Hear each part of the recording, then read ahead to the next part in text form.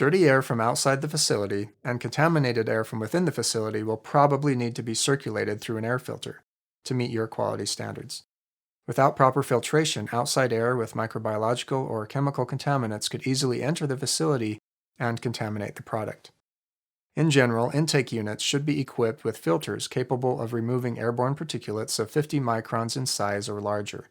More sensitive operations may require even finer filtration. You may have heard reference to clean rooms and ISO classes.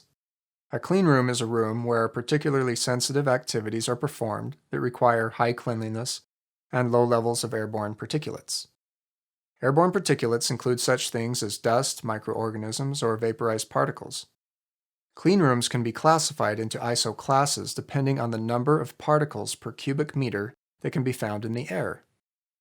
An ISO 9 cleanroom basically has normal ambient outdoor air in it with around 35 million particles per cubic meter. An ISO 1 cleanroom has only 12 particles per cubic meter. Cleanrooms are most common in pharmaceutical applications where you might find an ISO 5 cleanroom.